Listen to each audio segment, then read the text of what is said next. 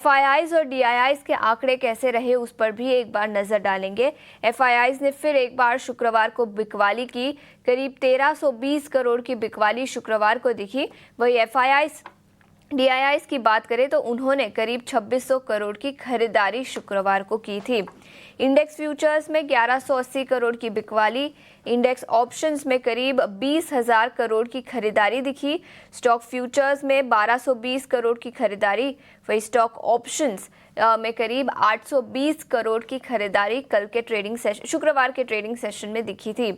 वही याद रखिए एफएनओ बैन में गुरुवार के ट्रेडिंग सेशन में आरबीएल बैंक एक अकेला स्टॉक था जो एफएनओ बैन में था। शुक्रवार को उस स्टॉक को भी निकाल दिया गया और आज कोई भी स्टॉक एफएनओ बैन में नहीं रहेगा, तो इसके चलते ज़्यादा कुछ पॉजिटिव या नेगेटिव ट्रिगर्स नहीं होंगे। लेकिन एफआईआईज की बिकवाली का ट्रेंड पिछले कुछ दिनों से दिखा है और आज और शुक्रवार को भी कंटिन्यू होता हुआ नजर आया। लेकिन इसके अलावा कौन से बड़े ट्रिगर्स होंगे इस हफ्ते उस पर भी एक बार नजर डाल लेते हैं। याद रखिए फिस्कल डेफिसिट का डेटा नवंबर का आता हुआ नजर आएगा। ऑटो सेल्स के आंकड़े भी आएंगे दिसंबर के महीने के 1 जनवरी को, तो उस पर भी सबकी नजर रहेगी। लेकिन पिछले हफ्ते की 1% की तेजी के बाद इस हफ्ते कैसी चाल रह सकती है और कौन से लेवल्स पर हमें नजर रखनी चाहिए, वो बताने के लिए अब हमारे साथ डिम्पी जुड़ चुके हैं। Dimpy, good morning. Fresh new week, बताएं कौन से लेवल्स पर नजर रखें। ग्लोबल बाजारों से कोई मेजर संकेत नहीं है और गिफ्ट निफ्टी भी सपाट ओपनिंग के संकेत दे रहा है। मार्केट भी आज पूरी तरह से रेंज में रहेगा। आपको मालूम है कि 31st को लेकर मार्केट पूरी तरह से एक रेंज में रहने के चांसेस हैं, तो ऑलमोस्ट वैसे ही आज मार्केट पूरी तरह से कंप्लीट एक रेंज में रहेगा। No levels to break, but एक चीज मैं आपको नोटिस करता हूँ, करीब 17% की एफआईज की होल्डिंग हो चुकी है।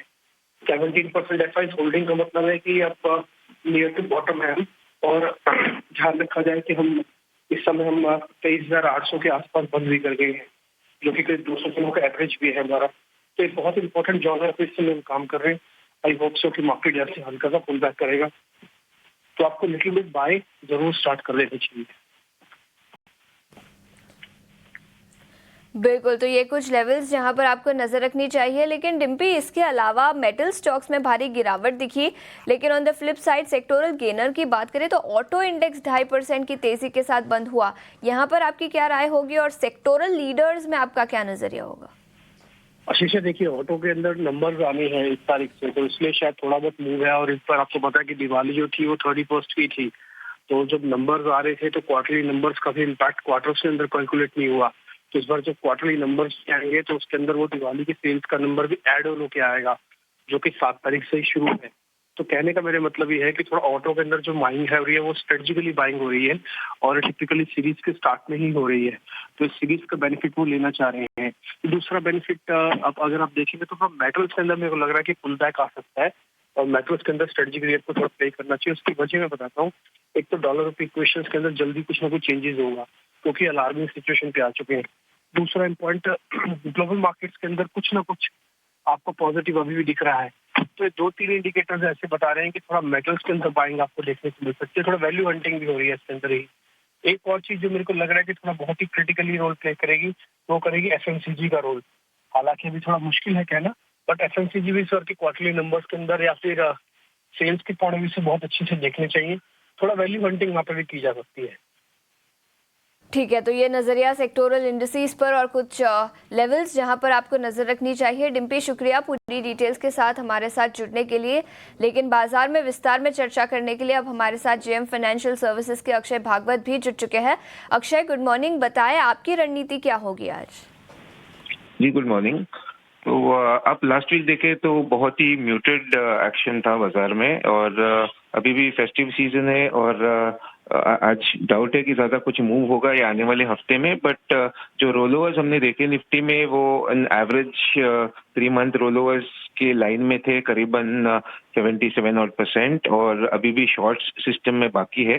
तो ब्रॉडर व्यू अभी भी निफ्टी का नेगेटिव है फॉर जनवरी मंथ। सिर्फ जो शॉर्ट टर्म के लिए जो आने वाले 2 से 3 दिन के लिए एक रेंज के दायरे में सीमित रह सकता है निफ्टी। तो जो रेंज है निफ्टी का वो 23,500 और ऊपर में 23,850, तो ये रेंज लागू रहेगा निफ्टी में।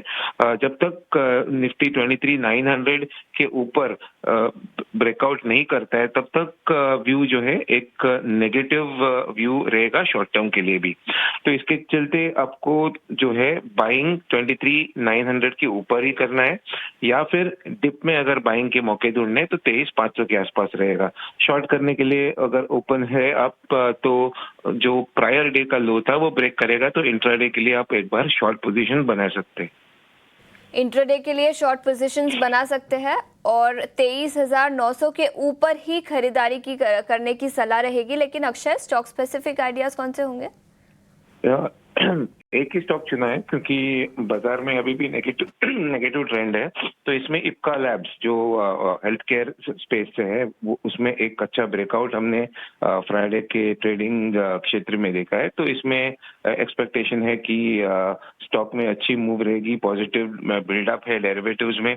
तो इसके चलते 1634 के आसपास जो क्लोजिंग था उस पर आपको 1605 ये स्टॉप लॉस लगा के बाय करना है, और 1675 और 1690 ये तो टारगेट्स के लिए आपको बने रहना है।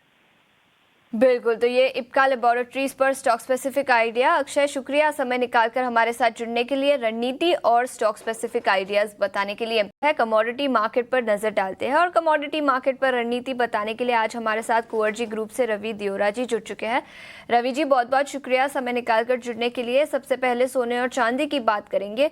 पिछले कुछ दिनों में ज्यादा कुछ मेजर एक्शन नहीं दिखा, ईयर एंड है, बताएं ट्रेडिंग के लिहाज से रणनीति क्या होगी? Good morning. जर से काफी एक बड़ा कंसोलिडेशन हमने नियर पास्ट में देखा। हालांकि जो राइजिंग बॉन्ड यील्ड्स है वो थोड़ा हायर लेवल से रेजिस्टेंस प्रोवाइड कर रहा है। आज के ट्रेडिंग सेशन में थोड़ा जियोपॉलिटिकल रिस्क का एक प्रीमियम गोल्ड में है। हालांकि सिल्वर अभी भी लग रहा है कि मेजरली कंसोलिडेशन मूड में है। तो मुझे लग रहा है कि गोल्ड में आज ट्रेडिंग पर्सपेक्टिव से बाय करना चाहिए। लेवल स्पेसिफिक 76,400 पे बाय करें। स्टॉप लॉस लगा है 76,110 एंड टारगेट वुड बी 76,980। 26,980 तक के लक्ष्य सोने में दिखाई दे सकते हैं। इसके अलावा क्रूड ऑयल, कच्चे तेल और नेचुरल गैस, यहाँ पर क्या रणनीति होगी? क्रूड ऑयल में लास्ट ट्रेडिंग सेशन में काफी अच्छी गिरावट थी। हालांकि अपने एक इम्पोर्टेंट रेजिस्टेंस के कर भी प्राइस ट्रेड कर रहे हैं। इंटरनेशनल मार्केट की बात करें तो ब्रेंट है वो लगातार यही 74 के लेवल के आसपास से रिवर्स हुआ है। तो आई थिंक थोड़ा एक वहाँ पे रिस्क दिख रहा है एंड 6070 6080 डोमेस्टिक मार्केट में अच्छा रेजिस्टेंस है। तो अगर यहाँ पे आता है तो एक बार प्रॉफिट बुक करना चाहिए। वही नेचुरल गैस में ब्राइट स्पॉट दिख रहा है। जिस हिसाब से जो वेदर प्रेडिक्शन है एंड इन्वेंट्री के लेवल्स है, मेरे हिसाब से यहाँ पे ट्रैक्शन रहना चाहिए। नेचुरल गैस में बाय करें। करंट कॉन्ट्रैक्ट जो जनवरी है उसमें टारगेट रहेगा 298, स्टॉप लॉस वुड बी 281। 281 का स्टॉप लॉस, 298 का टारगेट नेचुरल गैस पर। लेकिन रवि जी, इसके अलावा बेस मेटल्स, यहाँ पर आपकी क्या रणनीति होगी? जिंक, लेड, कॉपर, एल्यूमिनियम, यहाँ पर क्या ट्रेड बनाए? जैसे यहाँ एक पर्टिकुलर जो चाइना के डेटा इस वीक में आने कल उसके मैन्युफैक्चरिंग PMI आने, तो इसके ऊपर पूरा फोकस मार्केट का है क्योंकि वेस्टर्न मार्केट में due to this new year holiday market का फोकस वहाँ नहीं है। तो बेसिक थोड़ा कंसोलिडेशन का ही मूड है। हायर लेवल से रेजिस्टेंस बना हुआ है। चाइनीज रियल एस्टेट मार्केट को लेके काफी कंसर्न है। आज के ट्रेडिंग पर्सपेक्टिव से 240 280 पे एल्यूमिनियम बेचना चाहिए with stop loss of 244। Target would be 238। मुझे लग रहा है कि हायर लेवल से थोड़ा रेजिस्टेंस बेस मेटल में रहना चाहिए क्योंकि जो डॉलर इंडेक्स एंड ट्रेजरी बढ़ रहे हैं इसका एक थोड़ा प्रभाव है यहाँ पे नेगेटिव साइड आ सकता है।